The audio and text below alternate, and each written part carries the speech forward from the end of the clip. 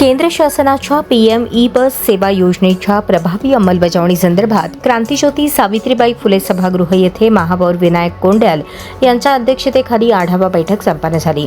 बैठकीत सोलापूर शहरासाठी मंजूर झालेल्या 100 electric bus, doctor Babasaheb Ambedkar वाहनतळाचे सुरू असलेले काम, चार्जिंग सुविधा तसेच बस पुरवठादार कंपनीसोबतच्या कराराबाबत सविस्तर चर्चा करण्यात आली। केंद्र शासनाच्या पीएम ई बस सेवा योजनेअंतर्गत सोलापूर महानगरपालिकेला एकूण 100 इलेक्ट्रिक बसेस मंजूर झाल्या असून त्यामध्ये 9 मीटरच्या 70 आणि 12 मीटरच्या 30 बसेसचा समावेश आहे। शहराच्या लोकसंख्येचा विचार करून पीएमईसी बैठकीत या बसांना मंजुरी देण्यात आली आहे।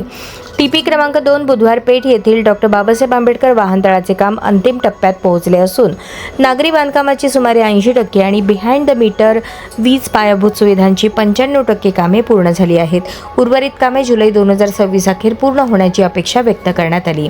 बैठकीत वाहनतळासाठी आवश्यक असलेल्या 33 केव्ही वीज वाहिनी, 5000 केव्हीए क्षमतेची वीज व्यवस्था, चार्जिंग स्टेशन, कार्यशाळा, प्रशासकीय इमारत आणि वॉशिंग एरिया यांच्या प्रगतीचा आढावा घेण्यात आला। उपकेंद्र आणि केबल टाकण्याची कामे पूर्ण झाली असून जेबीएम कंपनीसोबत करार झाल्यानंतर चार्जिंग पॉइंट कार्यान्वित करण्यात येणार असल्याची माहिती देण्यात आली।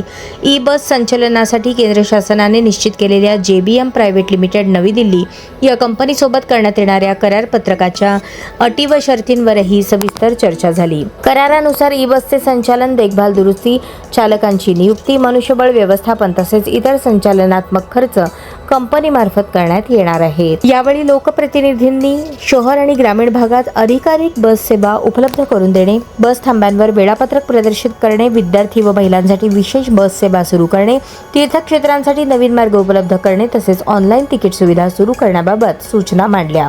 महापौर विनायक कोंडल यांनी संबंधित अधिकाऱ्यांना सर्व कामे निर्धारित मुदतीत पूर्ण करण्याचे निर्देश देत सोलापूरकरांना आधुनिक, पर्यावरणपूरक आणि सुरक्षित सार्वजनिक वाहतूक सेवा उपलब्ध करून देण्यासाठी आवश्यक कार्यवाही गतीने पूर्ण करण्यास सांगितले। 15 ऑगस्टपर्यंत किमान 15 ते 30 बसेस सेवेत दाखल करण्यासाठी आवश्यक समन्वय साधून प्रक्रिया वेगाने पूर्ण करण्याच्या सूचना दिल्या।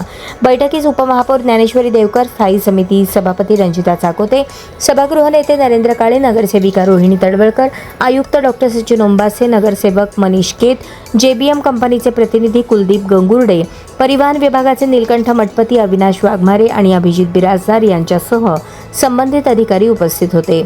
पीएम ई बस सेवा योजनेमुळे सोलापूरच्या सार्वजनिक वाहतूक व्यवस्थेला नवे बळ मिळणार असून प्रदूषणमुक्त, आधुनिक आणि नागरिकाभिमुख वाहतूक व्यवस्थेकडे वाटचाल करण्यासाठी हा महत्त्वाचा टप्पा ठरणार असल्याचा विश्वास बैठकीत व्यक्त करण्यात आला।